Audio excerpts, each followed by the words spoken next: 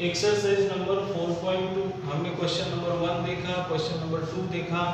अब question number 3, find two numbers whose sum is 27 and product is 182।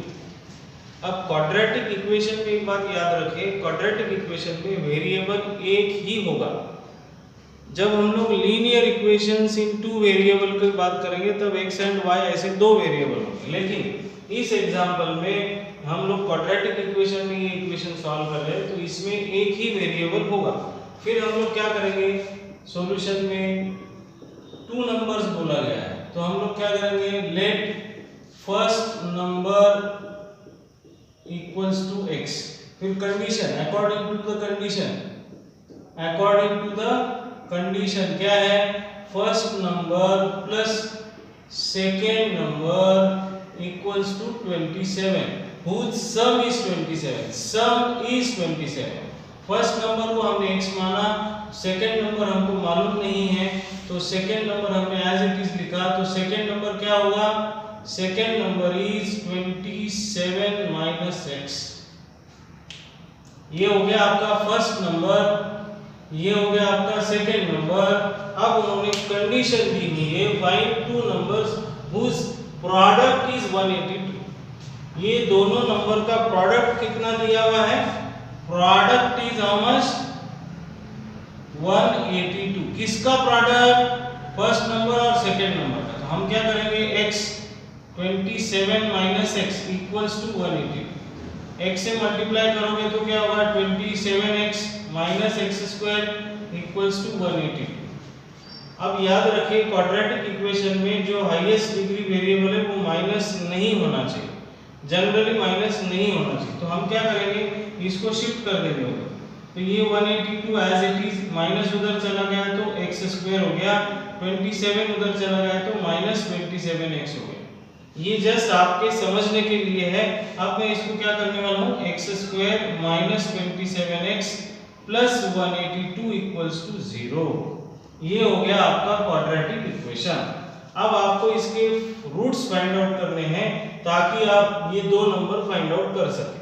Okay, now अब यहाँ पे 1 है, प्रोसीजर क्या बोलता है, 1 इंटू 182 को आपको मल्टीप्लाई करना पड़ेगा 1 से, तो क्या होगा, ये 182 आ गया। अब आपके पास अगर 182 कौन से टेबल में है ये आपको मालूम नहीं है तो मैं जस्ट छोटी सी एक टेक्निक बताऊंगा। 182 के फैक्टर्स हम लोग निकालेंगे, एलसीएम फैक्टर्स बोलो। 2 से डिवीजन, टेस्ट ऑफ डिविजिबिलिटी हमने देखा था, 2 से डिविजिबल है 2 9 जा 2 1 जा, 7 से डिविजिबल है 7 1 जा 7 3 जा, 13 से डिविजिबल है 13 1 जा 13। Now see here 7 into 2 is 14, 7 2 जा 14 और 13 प्लस 14 हम करेंगे, 13 प्लस 14 हम करेंगे तो क्या होगा 27, और ये दोनों का मल्टीप्लिकेशन 100% 182 आने वाला है ना। तो हमको क्या मिला, 182 के दो फैक्टर्स 13 एंड 14 जिनकी एडिशन 27 आती है। ओके, तो हम लोग कैसा करेंगे, x square minus 14x plus 13x plus 182 को मैं 13 इंटू 14 लिखता हूं। अब क्या करेंगे, माइनस से ब्रैकेट ओपन करेंगे,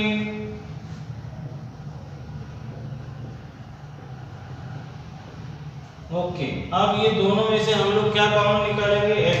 मैं इधर लिखता हूं, ये दोनों में से क्या कॉमन लेंगे हम लोग, x माइनस 14,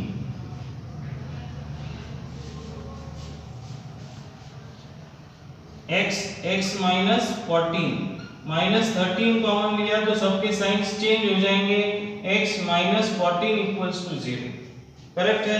अब x माइनस 14 कॉमन, फिर हम लोग क्या करेंगे, x माइनस 14 और दूसरे ब्रैकेट में आएगा x minus 13 equals to 0। If x minus 14 equals to 0 then x equals to how much, 14। If x minus 13 equals to 0 then x equals to how much, 13। see here, find two numbers whose sum is, ये दोनों के अगर आप सम करते हो तो 27 आता है ये दोनों का प्रोडक्ट करते हो तो 182 आता है। बहुत आसान है। therefore numbers are, two numbers are, final answer आप ऐसा लिखो 13, 14। ये हो गया आपका क्वेश्चन नंबर 3 का सॉल्यूशन। इसमें अगर कुछ समझ में ना आए तो आप हमें सवाल पूछ सकते हो। Now question number 4। Question number 4, find two consecutive integers sum of whose square is 365।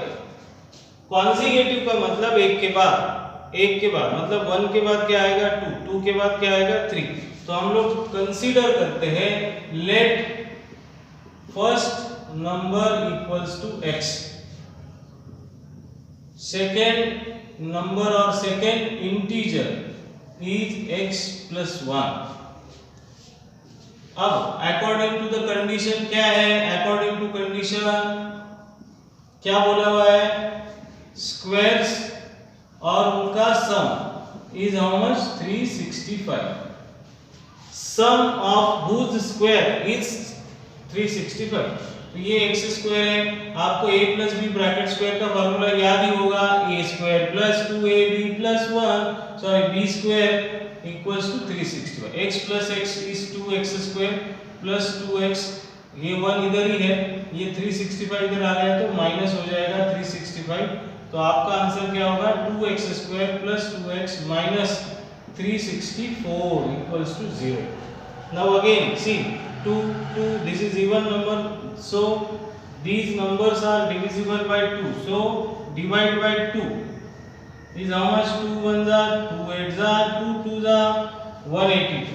अभी एग्जांपल में हमने देखा 182 के दो फैक्टर्स हम लोगों को मिले थे 13 एंड 14, 13 14 जा 182। अब हम लोगों को 182 के फैक्टर्स होने चाहिए जिनका मल्टीप्लिकेशन तो होगा 182 बट उनका सब्सट्रैक्शन होगा 1। तो 14 में से 13 गया तो 1 रहेगा ही।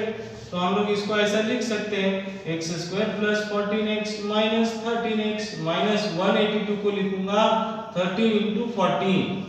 ये 182 के फैक्टर्स हम लोगों ने अभी देखे इसलिए मैं इसको डायरेक्ट लिखा।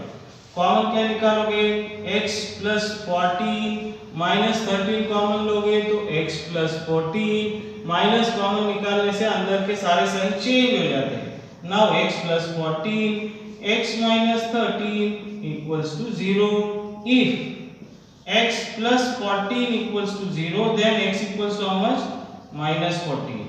If x minus 13 equals to 0, then x equals to 13. अब उन्होंने क्या बोला, find two consecutive integers sum of them. अब ये माइनस आया है, करेक्ट है। कॉन्जिगेटिव का मतलब एक के बाद एक, ये नेगेटिव इंटीजर नहीं लेंगे हम लोग, पॉजिटिव लेंगे। x is not equals to minus 14, so first number equals to how much 13, second number is how much 13 plus 1 equals to 14, therefore two consecutive integers are 13, 14। ये ऐसा आपका फाइनल आंसर होना चाहिए। ओके, कुछ डाउट हो तो आप हमें पूछ सकते हो। Question number 4। Now question number 5। The altitude का मतलब height, altitude of a right angle triangle is 7 centimetre less than it's base. हम लोग क्या करेंगे, राइट एंगल ट्रायंगल को ड्रॉ करें। अब हम मानेंगे इसका बेस, कंपैरिजन में जो भी आखिर में होगा वो हम लोग x मानेंगे। Suppose let base of triangle is, base of right angle triangle is x centimetre, तो इसका अल्टीट्यूड क्या होगा, देयरफॉर अल्टीट्यूड इक्वल्स टू क्या बोलते हैं, the altitude of right angle triangle is 7 centimeter less than its base। Base से 7 centimetre less है ऐसा बोला। तो आपकी या ये इसमें x minus 7 is altitude। If the hypotenuse of the right angle triangle is 13 centimeter, find two sides। तो आपको यहाँ पे क्या कंसेप्ट है, ये राइट एंगल ट्रायंगल है, हाइपोटेनियस, हाइट और बेस भी दिया हुआ है, तो आपको पाइथागोरस थ्योरम इस्तेमाल करना है। Use Pythagoras theorem. क्या है Pythagoras theorem? Base square plus height square equals to hypotenuse square, या side 1 square plus side 2 square equals to hypotenuse square. Okay, ये पहले वाला ही हो गया। इसके पहले वाला example a minus b whole square, a square minus 2ab plus b square. ये 13 का स्क्वायर हम लोग इधर लेंगे तो माइनस होगा। 13 का square is 169, x square plus x square is how much 2x square minus 14x। अब ये 49 169 में से माइनस कर दो, 9 माइनस 9 इज 0, 6 माइनस 4 इज 2 और ये हो गया 1, 120 आ जाएगा। अब ये 2 14 120 डिवाइड बाय 2, तो क्या होगा x square minus 7x minus yes 2 6 जा। अब आपको क्या करना है, अपना प्रोसीजर क्या है फैक्टराइजेशन का, ये 1 और 60 का मल्टीप्लिकेशन करेंगे तो यहाँ 60 आ गया माइनस 60। अब 60 के दो फैक्टर्स चाहिए आपको, 10 6 जा 60 होता है, तो 10 प्लस 6 माइनस 10 माइनस 6 आता है क्या 7? नहीं आता है। तो हम लोगों को नेक्स्ट आगे जाना होगा, 12 5 जा 60, 12 पंचे 60, 12 माइनस 5 किया तो 7 आए, करेक्ट है। तो हम लोगों को फैक्टर्स मिल गए, तो x स्क्वायर माइनस साइन जैसे कि वैसा 12x माइनस 5x। अब 12 माइनस 5 फैक्टर्स दोनों का मल्टीप्लिकेशन 60 है और ये सब्सट्रैक्शन 7 आता है। ओके, अब हम लोग क्या करेंगे, माइनस से ब्रैकेट को ओपन करेंगे, minus 12x plus 5x, minus से आप मल्टीप्लाई करते हो तो साइंस चेंज हो जाते हैं। ओके, अब ये दोनों में से आप x कॉमन निकालो, x माइनस 12 5 कॉमन निकालो तो x माइनस 12 आता है। अब x minus 12 common, x minus 12 और इधर x प्लस 5 इक्वल्स टू 0। अब हम लोग फाइनल स्टेज पे है, if x minus 12 equals to 0 तो क्या होगा, x is equals to 12। If x plus 5 equals to 0 तो क्या होगा, x इक्वल्स टू माइनस 5। अब कोई भी डायमेंशंस नेगेटिव नहीं होता है तो x is not equals to minus 5। तो base is how much, right angle triangle का बेस इज 12 सेंटीमीटर। यूनिट लिखना बहुत इंपॉर्टेंट है, अगर आप यूनिट नहीं लिखोगे तो हाफ मार्क कैंसिल कट हो सकते हैं। अल्टीट्यूड, अल्टीट्यूड कितना है आपका, x minus 7, x is how much 12 minus 7, altitude is how much 5 centimeter. Okay, this is your question number 5. Quadratic equation exercise number 4.2 question number 6, last question है ये अपने exercise का। question क्या है, a cottage industry produces a certain number of pottery articles in a day. It was observed on a particular day that the cost of production of each article was 3 more than twice the number of articles produced on that day. If total cost of production on that day was ₹90, find the number of articles produced and the cost of each article. देखिए यहाँ पे क्या concept है, ये बहुत important है, practical life का example है। सपोज मैं एक पेन बनाता हूँ, करेक्ट है।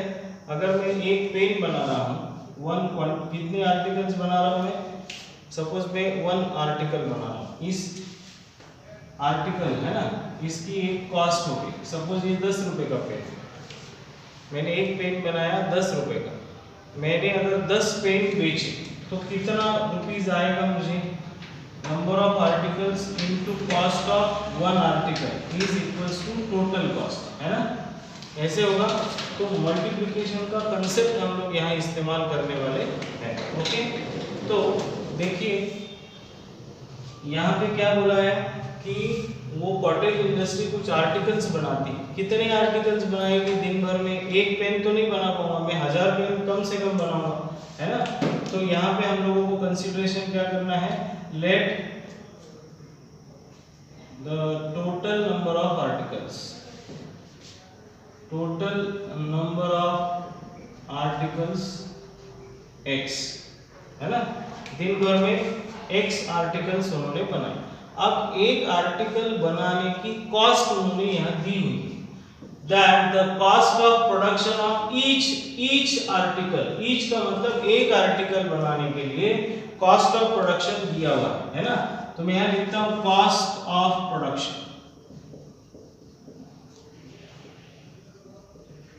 Of one article. क्या बोला हुआ है, each article was 3 more than twice the number of articles produced on that day। उस दिन कितने आर्टिकल्स बने, x, उसका डबल, ट्वाइस मतलब 2x, 3 मोर प्लस 3। तो ये क्या हुआ, एक आर्टिकल बनाने का कॉस्ट हो गया, करेक्ट है। अब वो क्या बोल रहे हैं, if total cost of production, total cost दिया हुआ है, टोटल कॉस्ट क्या करेंगे हम लोग, total cost equals to article total कितने बनाए x इनटू एक आर्टिकल बनाने के लिए कितना पैसा लगा 2x plus 3, total cost is 90। अब इसको आप मल्टीप्लाई करोगे तो ये होगा 2x स्क्वायर प्लस 3x। अगर हम लोग इसको सिंपलीफाई तरीके से लिखेंगे तो क्या होगा 2x square plus 3x minus 90 equals to 0। See ये क्वाड्रेटिक इक्वेशन बन गई। अब हम लोगों को इसके फैक्टर्स लाने हैं। तो क्या कंसेप्ट है फैक्टर्स के लिए, 2 into 90 कितना हुआ 180, करेक्ट है।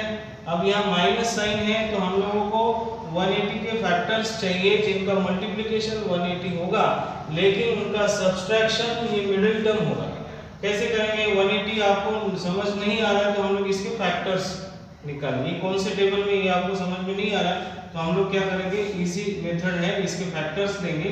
2 9 जा 2, 45 जा 90, 3 1 जा 3, 5 जा 15, 3 5 जा 15, 5 1 जा 5, है ना।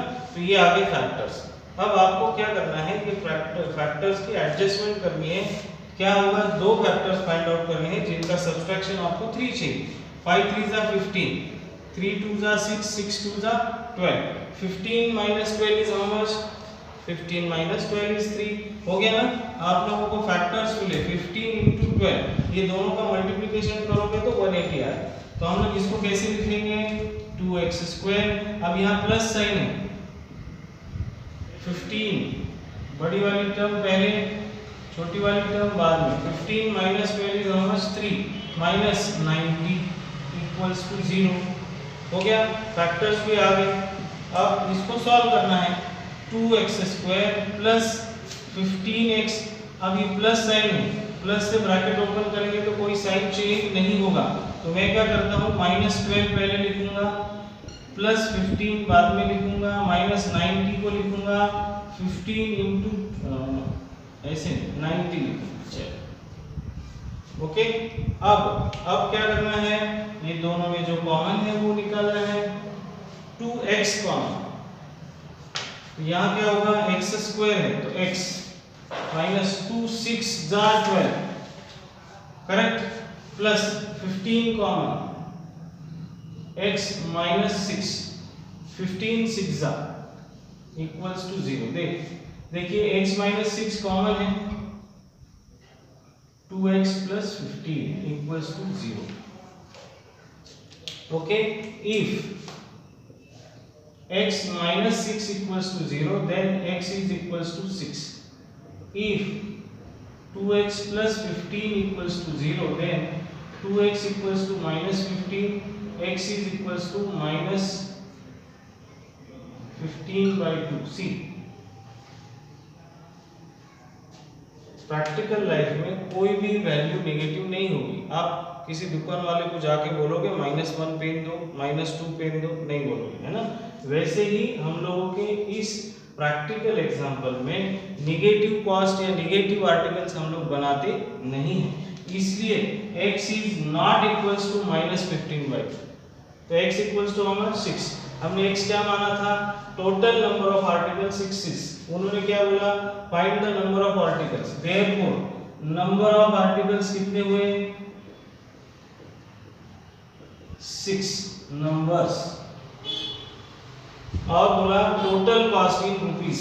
टोटल कॉस्ट कैसे फाइंड आउट करेंगे, total cost is 2x plus 3, 2 into 6 is how much, 6 2 are 12 plus 3 is how much, 15। तो हम क्या लिखेंगे, total cost rupees 15। This is your final answer. अगर इस एक्सरसाइज 4.2 में आपको कुछ भी दिक्कत है तो हम लोगों को आप SMS या कॉल करके या कमेंट बॉक्स में कमेंट लिख के हमको कांटेक्ट कर सकते हैं। Thank you.